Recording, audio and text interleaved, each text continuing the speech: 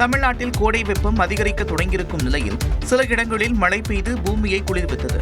நெல்லை மாநகர பகுதிகளான தச்சநல்லூர், நெல்லை down, Thalaiyuthu, KCT நகர், கிருஷ்ணாபுரம் உள்ளிட்ட பகுதிகளில் பரவலாக மழை பெய்தது. வத்தலகுண்டு மற்றும் அதனை சுற்றியுள்ள பட்டிவீரன்பட்டி, ஐயம்பாளையம் உள்ளிட்ட 20க்கும் மேற்பட்ட கிராமப் பகுதிகளில் 1 மணி நேரத்திற்கும் மேலாக மழை பெய்தது. சாலைகளில் மழைநீர் பெருக்கெடுத்து ஓடிய நிலையில் வாகன ஓட்டிகள் சிரமத்திற்கு ஆளாக்கினர்.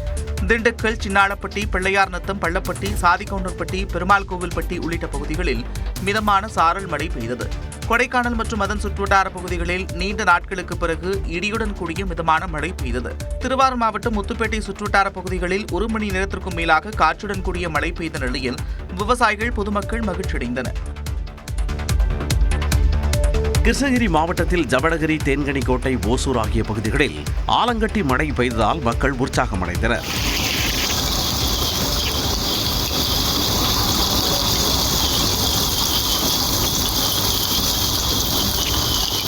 தருமபுரி, பாலக்கோடு, பாப்பிரெட்டிப்பட்டி உள்ளிட்ட இடங்களில் இடி மின்னலுடன் பெய்த மழையால் குளிர்ச்சியான சூழல் உருவானது.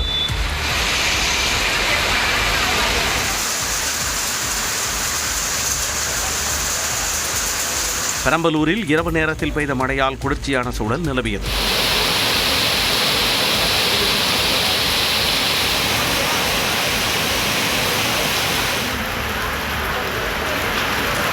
நாகர்கோவில் மற்றும் அதன் சுற்றுவட்டார பகுதிகளான வடசேரி, பார்வதிபுரம், ராஜாக்கமங்கலம் உள்ளிட்ட இடங்களில் திடீரென பெய்த மழையால் வாகன ஓட்டிகள் நனைந்தபடி சென்றனர். திண்டுக்கல் மாவட்டம் சித்தரேவு பகுதியில் 1 மணி நேரத்திற்கு மேலாக பெய்த மழையால் தாழ்வான பகுதிகளில் மழைநீர் தேங்கியது. தென்காசி மாவட்டம் சங்கரன் கோவிலில் 2வது நாளாக கொட்டி தீர்த்த கனமழையால் கழிவு நீருடன் மழைநீர் கலந்து சாலைகளில் தேங்கியது. மயிலாடுதுறை மாவட்டத்தில் தரங்கம்பாடி மற்றும் அதன் சுற்றுவட்டார பகுதிகளில் பரவலாக மழை பெய்தது.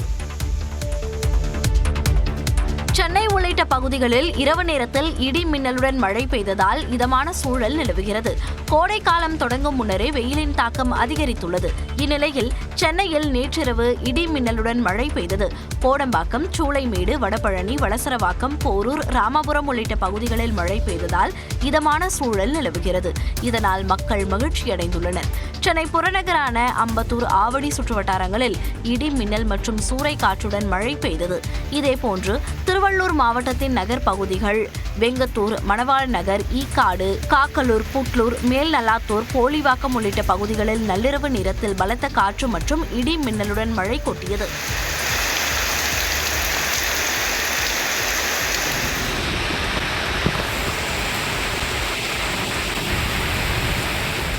இந்நிலையில் தமிழ்நாடு, புதுச்சேரியில் இன்று இடி மின்னலுடன் மிதமான மழை பெய்யக்கூடும் என்று வானிலை ஆய்வு மையம் கணித்துள்ளது. சென்னையில் வானம் மேகமூட்டத்துடன் காணப்படும் என்றும் ஓரிரு இடங்களில் இடி மின்னலுடன் லேசான மழைக்கு வாய்ப்பிருப்பதாகவும் தெரிவிக்கப்பட்டுள்ளது. தமிழ்நாடு, புதுச்சேரியில் வெப்பநிலை 4 டிகிரி செல்சியஸ் வரை படிப்படியாக குறையும் என்றும் கணிக்கப்பட்டுள்ளது. தமிழ்நாட்டில் சட்டப்பேரவைத் தேர்தலுக்காக வாக்காளரின் படத்துடன் கூடிய வாக்காளர் சீட்டுக்கு பதிலாக வாக்காளர் விவரங்கள் அடங்கிய சீட்டு மட்டுமே வழங்கப்படும் என தேர்தல் ஆணையம் தெரிவித்துள்ளது. தமிழ்நாட்டில் ஒரே கட்டமாக ஏப்ரல் 23ஆம் தேதி சட்டப்பேரவைத் தேர்தல் நடைபெறவிருக்கிறது. தேர்தல்களின் போது வாக்காளர்கள் எங்கே வாக்களிப்பது என்பது குறித்த விவரங்களை வாக்காளர்களின் படங்களுடன் தேர்தல் ஆணையம் விநியோகித்து வந்தது.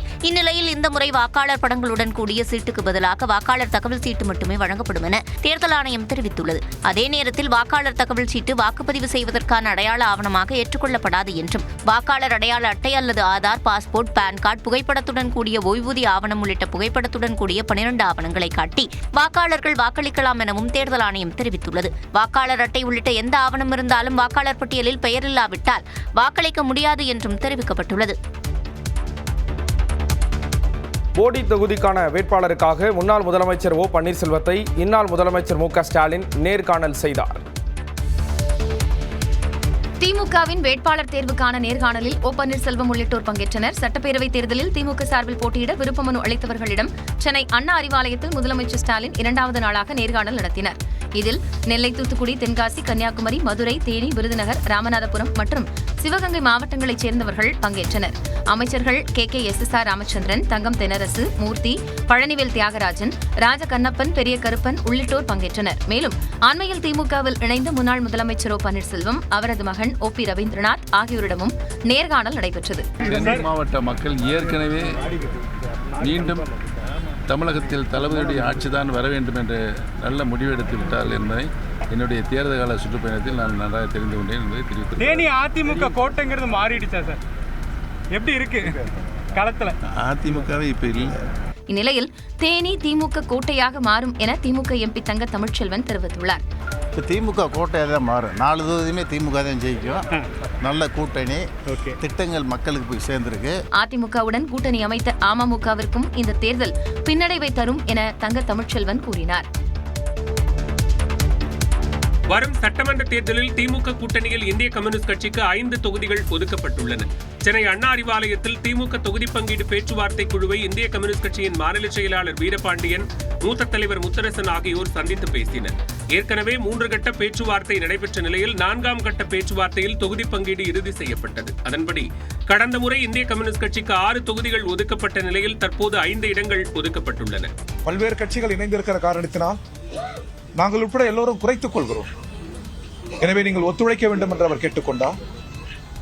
அந்த அடிப்படையில் இந்திய கம்யூனிஸ்ட் கட்சி 5 இடங்களில் தமிழக முதல்வரோடு இன்றைக்கு திமுக தலைவரோடு இன்றைக்கு நாங்கள் ஒப்பந்தத்தில் கையெழுத்திட்டிருக்கிறோம். இந்நிலையில் முதலமைச்சரை கேட்டுக் கொண்டதால் தொகுதிகளை குறைத்துக் கொண்டதாக நியூஸ் 18 தமிழ்நாடுக்கு வீரபாண்டியன் தெரிவித்தார். குறைக்கக்கூடாது, எங்களுக்கு அதிகமாக வேண்டும் என்று நாங்கள் கேட்டும் குறைத்திருக்கிறார்கள். சூழல் கருதி பல்வேறு கட்சி சேர்ந்திருப்பதால் ஒத்துழைக்க வேண்டும் என்று முதல்வரே வேண்டுகோள் விடுத்த பிறகு ஒத்துழைக்க வேண்டியது எங்களுக்கு. எந்தெந்த தொகுதிகள் இந்த பேச்சுவார்த்தை கமிட்டி கூடி முடிவு செய்யும் பேச்சுவார்த்தை தொடங்கும், அதையும் உங்களுக்கு அறிவித்து விடுவோம். எந்த நிலையிலும் தாங்கள் நிர்பந்திக்கப்படவில்லை என்றும் ஜனநாயக ரீதியாகவே பேச்சுவார்த்தை நடந்ததாகவும் வீரபாண்டியன் தெரிவித்தார். நம்மளுடைய தலைமையில தான் ஆட்சி அப்படின்றதுல எப்பவுமே உறுதியா இருக்கிறோம்.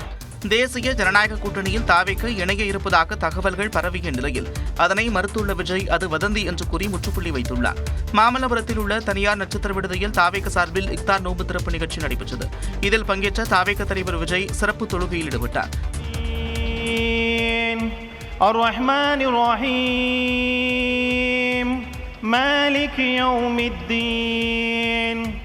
தொடர்ந்து பேசிய விஜய் மதசார்பற்ற கொள்கையில் உறுதியாக இருப்பதாக கூறி கூட்டணி குறித்த நிலைப்பாட்டை விளக்கினார்.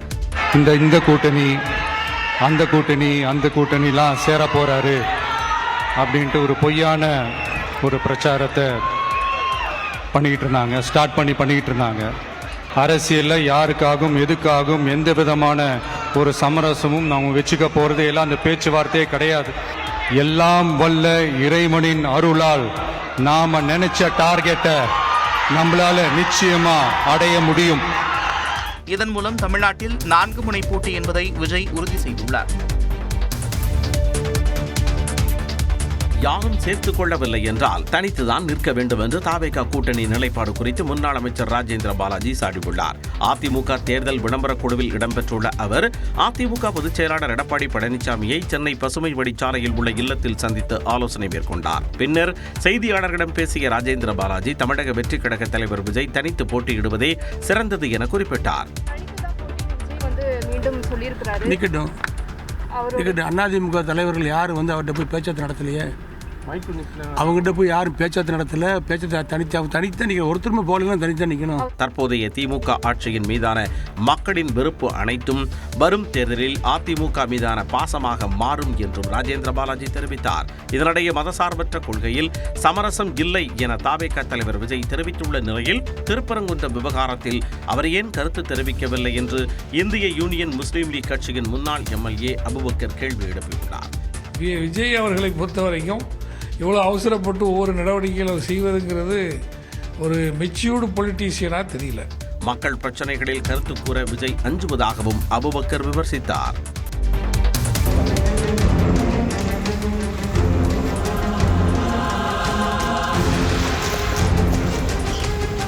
குன்னூர் மலை ரயில் பாதை குகையிலிருந்து சீறி வந்த ஒற்றை யானை புழுதி பறக்க ரயில்வே ஊழியர்களை துரத்தியது. குன்னூர் மேட்டுப்பாளையம் இடையே அமைந்துள்ள ஹில்க்ரோவ் ரயில் நிலைய பகுதியில் ஊழியர்கள் தண்டவாள பராமரிப்பு பணிகளில் ஈடுபட்டிருந்தனர். அப்போது அங்குள்ள இருண்ட குகைக்குள் வினோத சத்தம் கேட்பதை கவனித்தனர். உடனே செல்போனில் வீடியோ எடுத்தபடி குகையை நெருங்கிய போது ஒற்றை யானை புழுதி பறக்க குகையிலிருந்து வெளியே ஓடி வந்தது. யானை ஆக்ரோஷமாக ஓடி வருவதை கண்ட ஊழியர்கள் அலறி அடித்து ஓடினர்.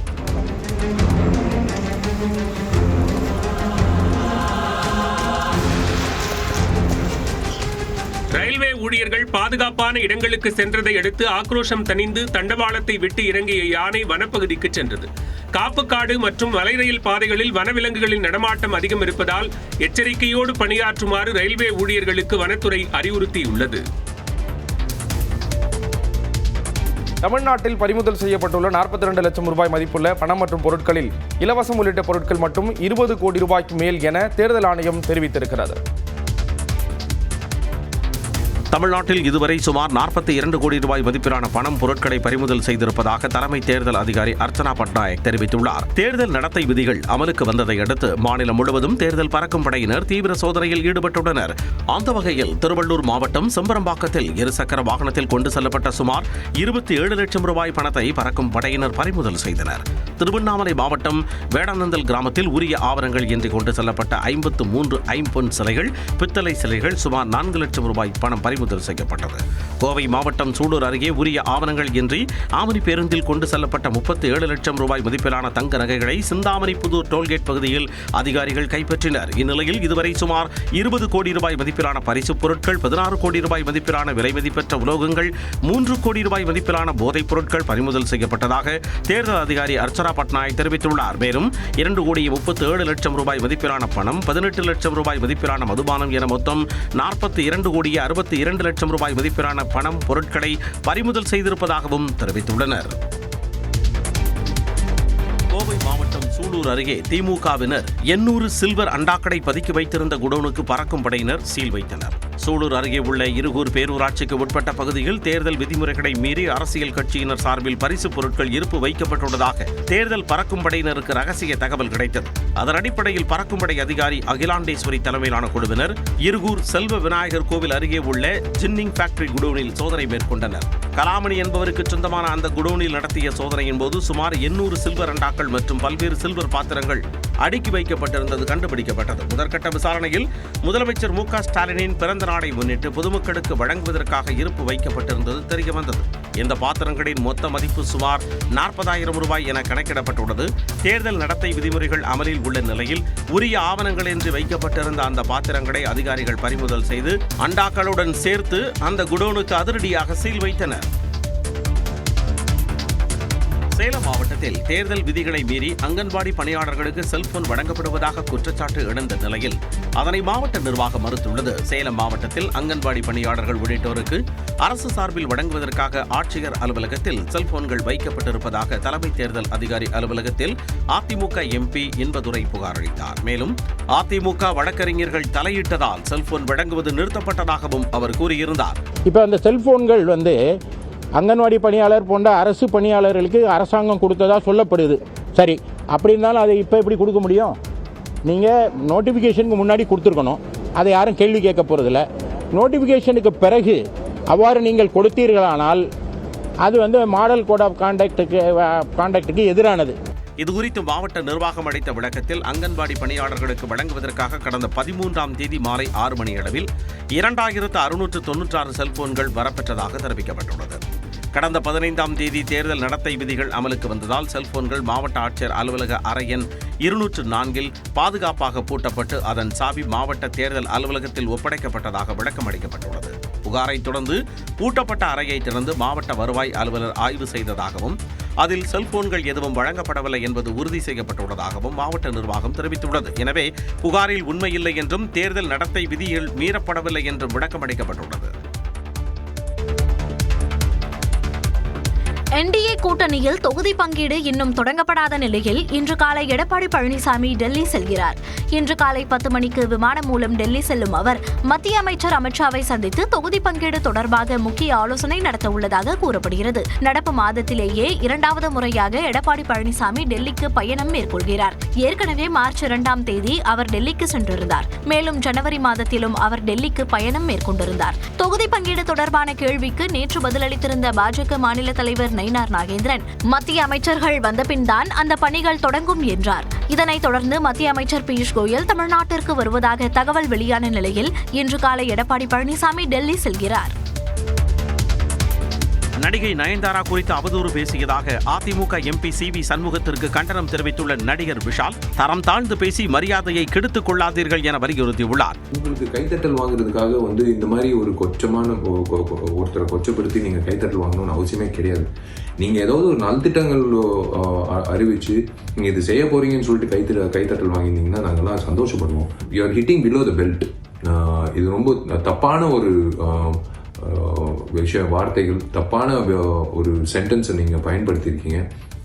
அது உண்மையிலேயே நான் வன்மையாக கண்டிக்கிறேன்னு இல்லைங்க. தயவு செஞ்சு உங்களோட மரியாதை கெடுத்துக்காதீங்க. இந்நிலையில் திமுக அரசை கண்டித்து தேசிய ஜனநாயக கூட்டணி சார்பில் கரூரில் நடைபெற்ற ஆர்ப்பாட்டத்தில் பங்கேற்ற முன்னாள் அமைச்சர் M.R. விஜயபாஸ்கர் பெண்களை உருவகேலி செய்யும் விதமாக பேசியதாக சர்ச்சை எழுந்துள்ளது. அம்மா மண்டபத்தில் அக்ரி காலேஜ் நடத்தக்கூடிய அறிவாளி நம்ம ஊர் எம்எல்ஏ தான். பக்கத்தில் உழவர் சந்தை இருக்குதுங்க, சன்னல் வழியே காமிக்கிறானுங்களா, அதுதான் கத்திரிக்காய், அந்த ஒல்லியா இருக்குது பாரு அதுதான் முருங்கக்காய், இந்த குண்டா இருக்குது பாரு இந்த பிள்ளையெல்லாம் அது மாதிரி இருக்கிறதெல்லாம் பூசணிக்காய்ங்கிறானுங்களா. முன்னதாக பெண்கள் குறித்து அதிமுக எம்எல்ஏ அம்மன் அர்ஜுனன் முகம் சுழிக்கும் விதமாக பேசியது சர்ச்சையானது குறிப்பிடத்தக்கது. இஸ்ரேல் ஈரான் போர் எதிரொலியாக மூலப்பொருட்களின் விலை அதிகரித்ததால் பனியன் ஆடைகளின் விலை 7% உயர்த்தப்பட்டுள்ளது. இஸ்ரேல் ஈரான் போர் காரணமாக கச்சா எண்ணெய் விலை கடுமையாக உயர்ந்துள்ளது. இதன் காரணமாக பிளாஸ்டிக் பொருட்கள், பாலித்தீன், செயற்கை நூல் இழைகள் உள்ளிட்டவற்றின் விலையும் அதிகரித்துள்ளது. இதனால் பழைய விலைக்கு பனியன் ஆடைகள் விற்பனை செய்ய முடியாத சூழல் உருவாகியுள்ளது. இந்நிலையில் பாலித்தீன், செயற்கை நூல் இழை விலை உயர்வு, தொழிலாளர்களின் கூலி உயர்வு ஆகியவற்றால் ஏற்படும் கூடுதல் செலவுகளை சமாளிக்க பனியன் ஆடைகளின் விலை 7% உயர்த்துவதாக தென்னிந்திய பனியன் உற்பத்தியாளர்கள் அறிவித்துள்ளனர். பெட்ரோலியம் ப்ராடக்டான பாலித்தீன், டைசன் கெமிக்கலு, ஸ்டிச்சிங் யானு, இந்த மாதிரி பேக்கிங் மெட்டீரியல் எல்லாமே, டிரான்ஸ்போர்ட்லேருந்து எல்லாமே விலை அதிகமாகிடுச்சு. கிட்டத்தட்ட 80% வரைக்கும் விலை அதிகமாகிருக்குது பாலித்தீன்லாம். இந்த ப்ராடக்ட் எல்லாம் யூஸ் பண்ணி தான் எங்களுடைய ப்ராடக்டை ரிலீஸ் பண்ண வேண்டிய சூழ்நிலை இருக்கிறதுனால எங்களுடைய விலை ஏற்றம்ங்கிறது தவிர்க்கப்பட முடியாத ஒரு சூழ்நிலையாக வந்துருச்சு. 7% விலை உயர்வு உடனடியாக அமலுக்கு வந்ததாகவும் தெரிவிக்கப்பட்டுள்ளது. சென்னையில் இந்தி திணிப்பு எதிர்ப்பு போராட்டத்தின் போது ரயில் மோதி படுகாயமடைந்த மே 17 இயக்கத்தின் மூத்த உறுப்பினர் சிவா திலீபன் சிகிச்சை பலனின்றி உயிரிழந்தார். கடந்த 11ஆம் தேதி சென்னை பார்க் ரயில் நிலையத்தில் ரயில்வே பெயர் பலகைகளில் இருந்த இந்தி எழுத்துக்களை அடைக்கும் போராட்டத்தில் ஈடுபட்ட இவர் திடீரென ரயில் முன் பாய்ந்ததில் பலத்த காயமடைந்தார். ராஜீவ்காந்தி அரசு பொது மருத்துவமனையில் தீவிர சிகிச்சை அளிக்கப்பட்டு வந்த நிலையில் நேற்று மாலை அவர் உயிர் பிரிந்தது. சிவக்குமாரின் மறைவு அவரது இயக்கத்தினர் மற்றும் தமிழ் உணர்வாளர்களிடையே பெரும் சோகத்தை ஏற்படுத்தியுள்ளது. இந்நிலையில் சிவா திலீபன் மறைவுக்கு ஆழ்ந்த இரங்கல் தெரிவித்து எக்ஸ் தளத்தில் பதிவிட்டுள்ள முதலமைச்சர் மு க ஸ்டாலின், மொழி போரில் நாம் இந்த உயிர் பலிகள் போதும், இனி ஒரு உயிரும் போகக்கூடாது என உருக்கமாக குறிப்பிட்டுள்ளார். தொழில்நுட்ப உதவியுடன் அமைதியான முறையில் போராட்டங்களை முன்னெடுக்க வேண்டும் என்றும், தமிழ் உணர்வு கொண்ட மறவர்கள் தங்களது உயிரை மாய்த்துக் கொள்ள வேண்டாம் என்றும் மன்றாடி கேட்டுக்கொள்வதாக முதலமைச்சர் மு க ஸ்டாலின் குறிப்பிட்டுள்ளார்.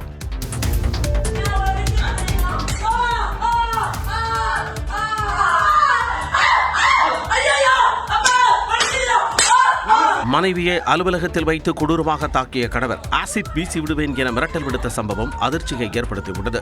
சென்னை பெரம்பூரில் BPO நிறுவனம் நடத்தி வருபவர் புவனேஸ்வரி. இவர் தனது கணவர் மகேஷ் கண்ணா திருமண மோசடி செய்து ஏமாற்றி பாலியல் ரீதியாக துன்புறுத்துவதாக பட்டாபுரம் அனைத்து மகளிர் காவல் நிலையத்தில் புகார் அளித்திருந்தார். அதன் பேரில் காவல்துறையினர் வழக்கு பதிவு செய்தனர். ஆனால் முன்ஜாமீன் பெற்ற மகேஷ் கண்ணா மனைவி புவனேஸ்வரியை தினமும் கொடுமை செய்து வந்துள்ளார். பல்லாவரத்தில் மனைவி மீது கணவன் ஆசிட் வீசியது தொடர்பான வீடியோ காட்சிகளை இன்ஸ்டா மூலம் அனுப்பி இதேபோல ஆசிட் வீசுவேன் என கணவர் மிரட்டல் விடுப்பதாகவும் குற்றம் சாட்டியுள்ளார்.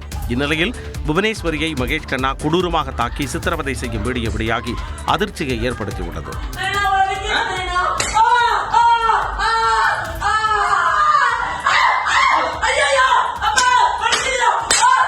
இது தொடர்பாக சென்னை வேப்பேரியில் உள்ள காவல் ஆணையர் அலுவலகத்தில் புவனேஸ்வரி புகார் அளித்துள்ளார். ஹோர்முஸ் நீரிணை பகுதியில் இருக்கும் அனைத்து இந்திய கப்பல்களும் அவற்றில் உள்ள 611 இந்திய மாலுமிகளும் பாதுகாப்பாக இருப்பதாக மத்திய அரசு தெரிவித்துள்ளது. மேற்காசியாவில் அதிகரித்து வரும் போர் பதற்றம் காரணமாக உலக நாடுகளின் முக்கிய கடல்வழி பாதையான ஹோர்முஸ் நீரிணையில் இந்தியாவின் எரிபொருள் சரக்கு கப்பல்கள் சிக்கியுள்ளன. இதுகுறித்து டெல்லியில் செய்தியாளர்களிடம் பேசிய மத்திய துறைமுகங்கள் மற்றும் கப்பல் போக்குவரத்து துறை அமைச்சகத்தின் சிறப்பு செயலாளர் ராஜேஷ்குமார் சின்ஹா, தற்பொழுது இந்திய கொடியுடன் கூடிய கப்பல்களில் சுமார் 16.7 லட்சம் மெட்ரிக் டன் கச்சா எண்ணெய் மற்றும் 2 லட்சம் மெட்ரிக் டன் LPG வாயு இருப்பதாக தெரிவித்தார். सभी भारतीय जहाज और भारतीय नाविक इंक्लूडिंग 611 जो कि west of strait of Hormuz में है, 22 इंडियन फ्लैग वेसल्स पे सभी सुरक्षित है और कोई घटना की सूचना नहीं है। ஏற்கனவே 3 கப்பல்கள் கடற்படையின் பாதுகாப்புடன் குஜராத்திற்கு வெற்றிகரமாக வந்து சேர்ந்த நிலையில் எஞ்சியுள்ள கப்பல்களை பாதுகாப்பாக கொண்டு வரவும் நாட்டின் எரிசக்தி விநியோகத்தில் பாதிப்பு ஏற்படாமல் இருக்கவும் மத்திய அரசு தீவிர நடவடிக்கைகளை மேற்கொண்டு வருவதாகவும் அதிகாரிகள் தெரிவித்தனர். அசாம் மற்றும் கேரள சட்டப்பேரவை தேர்தல்களில் போட்டியிடும் பாஜக வேட்பாளர்கள் குறித்து பிரதமர் மோடி தலைமையில் பாஜக மத்திய தேர்தல் குழு ஆலோசனை நடத்தியது. தமிழ்நாடு உள்ளிட்ட 5 மாநில தேர்தல் தேதி அறிவிக்கப்பட்டுள்ள நிலையில் வேட்பாளர்களை தேர்வு செய்யும் பணி தீவிரமாக நடைபெற்று வருகிறது. இந்நிலையில் டெல்லியில் உள்ள பாஜக தலைமை அலுவலகத்தில் பாஜக மத்திய தேர்தல் குழு கூட்டம் நடைபெற்றது. இதில் பிரதமர் நரேந்திர மோடி, மத்திய அமைச்சர்கள் அமித் ஷா, ராஜ்நாத் சிங், பாஜக தலைவர் நிதின் நபீன் உள்ளிட்டோர் கலந்து கொண்டனர். அப்பொழுது அசாம், கேரளா, புதுச்சேரி மாநில தேர்தலுக்கான வேட்பாளர்கள் குறித்து ஆலோசனை நடத்தப்பட்டது. இதனைத் தொடர்ந்து செய்தியாளர்களிடம் பேசிய அசாம் மாநில முதலமைச்சர் ஹிமந்த பிஸ்வா சர்மா, பாஜக ஆட்சி மன்ற குழு கூட்டம் இன்று நடைபெறும் என்றும் இதனைத் தொடர்ந்து இன்று இரவு அல்லது நாளை வேட்பாளர் பட்டியல் வெளியாகும் என்றும் தெரிவித்தார். முன்னதாக அசாம் மாநில காங்கிரஸ் எம்பி பிரத்யுத் போர்டோலோய் தனது பதவியை ராஜினாமா செய்துவிட்டு பாஜகவில் நேற்று இணைந்தார். மூத்த தலைவர்களிடம் இளம் எம்பிக்கள் பாடம் கற்றுக்கொள்ள வேண்டும் என பிரதமர் நரேந்திர மோடி தெரிவித்துள்ளார். மாநிலங்களவையில் முன்னாள் பிரதமர் தேவேகவுடா உட்பட 59 உறுப்பினர்களின் பதவிக்காலம் நிறைவடைந்ததை ஒட்டி அவையில் பேசிய பிரதமர் மூத்த உறுப்பினர்கள் தேவேகவுடா, மல்லிகார்ஜுன கார்கே மற்றும் சரத்பவார் குறித்து பாராட்டி பேசினார். आदरणीय देवेगौड़ा जी, आदरणीय खड़गे जी, आदरणीय शरद पवार जी, ये ऐसे वरिष्ठ लोग हैं जिनके जीवन का आधे से अधिक उम्र संसदीय कार्य प्रणाली में गई है. பிரதமரின் பாராட்டிற்கு நன்றி தெரிவித்த தேவேகவுடா, ஜனநாயகம் செழிக்க ஆரோக்கியமான விவாதங்களே அடிப்படை என்றார். தொடர்ந்து பேசிய கர்கே, தேவேகவுடா குறித்து தெரிவித்த கருத்து அவையில் சிரிப்பலையை ஏற்படுத்தியது. देवेगौड़ा जी का वो तो प्रेम हमारे साथ की है, मोहब्बत हमारे साथ शादी मोदी साहब के साथ की, ये रिसेंटली हुआ, तो आप ऐसा माने मुझे मालूम नहीं है. மூத்த தலைவர்களை பாராட்டுவது மட்டும் போதாது, கோரிக்கைகளையும் செவிமடுக்க வேண்டும் என்றும் பிரதமர் மோடியை கார்கே வலியுறுத்தியுள்ளார். விமான நிறுவனங்கள் 60% இருக்கைகளை பயணிகள் தேர்வு செய்வதற்கு எவ்வித கட்டணமும் வசூலிக்கக்கூடாது என மத்திய அரசு உத்தரவிட்டுள்ளது. இந்தியாவில் இயக்கப்படும் விமானங்களில் ஜன்னல் ஓர இருக்கைகள், பாதை அருகே உள்ள இருக்கைகளை பயணிகள் தேர்வு செய்தால் கூடுதல் கட்டணம் வசூலிக்கப்பட்டு வருகிறது. இதன்படி ஒரு விமானத்தின் 90% இருக்கைகளுக்கு விமான நிறுவனங்கள் கூடுதல் கட்டணம் வசூலிப்பதாக புகார் எழுந்தது. இந்த சூழ்நிலையில் இந்தியாவில் இயக்கப்படும் உள்நாட்டு விமானங்களில் 60% இருக்கைகளுக்கு இருக்கை தேர்வு கட்டணம் வசூலிக்கக்கூடாது என மத்திய சிவில் விமான போக்குவரத்து இயக்ககம் உத்தரவிட்டுள்ளது. மேலும் ஒரே PNR எண்ணில் பதிவு செய்து பயணம் செய்யும் பயணிகள் அனைவரும் ஒன்றாக அல்லது அருகருகே அமர்வதை விமான நிறுவனங்கள் உறுதி செய்ய வேண்டும். விளையாட்டு உபகரணங்கள் மற்றும் இசைக்கருவிகளை எடுத்துச் செல்வதில் வெளிப்படையான நடைமுறைகளை விமான நிறுவனங்கள் பின்பற்ற வேண்டும் என்றும் உத்தரவிடப்பட்டுள்ளது. வீடுகளில் வளர்க்கும் செல்ல பிராணிகளை அழைத்துச் செல்வதற்கான கொள்கைகளை விமான நிறுவனங்கள் தெளிவாக அறிவிக்க வேண்டும் என்றும், இழப்பீடு மற்றும் உரிமைகள் குறித்த விவரங்களை இணையதளங்கள் மற்றும் விமான நிலைய கவுண்டர்களில் தெளிவாக தெரிவிக்க வேண்டும் என்றும் உத்தரவிடப்பட்டுள்ளது. கத்தாரில் உள்ள உலகின் மிகப்பெரிய LNG உற்பத்தி நிலையத்தின் மீது ஈரான் தாக்குதல் நடத்தியுள்ளது. தெற்கு ஈரானின் புஷேர் மாகாணத்தில் உள்ள தெற்கு பார்ஸ் எரிவாயு மையம் மீது இஸ்ரேல் தாக்குதல் நடத்தியது. இதற்கு தக்க பதிலடி கொடுக்கப்படும் என தெரிவித்துள்ள ஈரான் ராணுவம், ஐக்கிய அரபு அமீரகம், சவுதி அரேபியா, கத்தார் உள்ளிட்ட நாடுகளின் 5 எரிசக்தி நிலையங்கள் மீது தாக்குதல் நடத்த உள்ளதாகவும் அங்கு இருப்பவர்கள் உடனடியாக வெளியேறுமாறும் எச்சரிக்கை விடுத்துள்ளது. که تعرض به بخشی از زیرساخت‌های سوخت و انرژی ایران در جنوب کشور داشتند.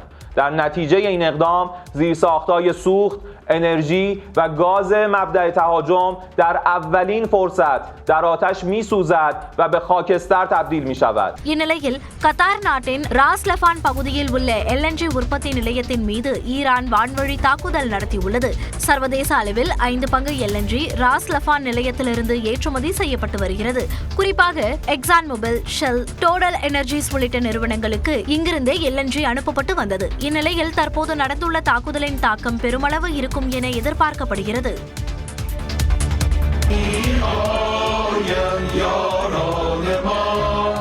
همچنان بر شاران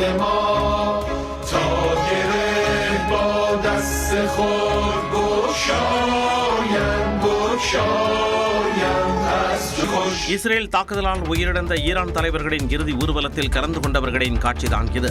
ஈரானின் தேசிய பாதுகாப்பு கவுன்சில் தலைவர் அலி லரிஜனி மற்றும் பஸ்ஜி படை தலைவர் ரீசா சொலைமனி ஆகியோர் இஸ்ரேல் ராணுவம் நடத்திய தாக்குதலில் உயிரிழந்தனர். இதையடுத்து அலி லரிஜனி மற்றும் பஸ்ஜி படை தலைவர் ரீசா சொலைமனியின் இறுதி ஊர்வலம் நடைபெற்றது. தலைநகர் தெஹ்ரானில் நடைபெற்ற இறுதி ஊர்வலத்தில் ஆயிரக்கணக்கான மக்கள் திரண்டு அஞ்சலி செலுத்தினர்.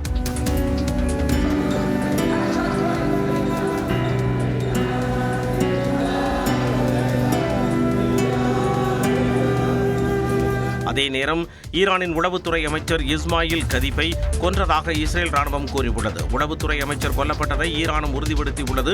2 நாட்கள் இடைவெளியில் ஈரானின் 3 தலைவர்கள் கொல்லப்பட்ட நிலையில் அதற்கு தக்க பதிலடி கொடுக்கப்படும் என ஈரான் உச்சபட்ச தலைவர் முஜிதுபா கமேனி தெரிவித்துள்ளார்.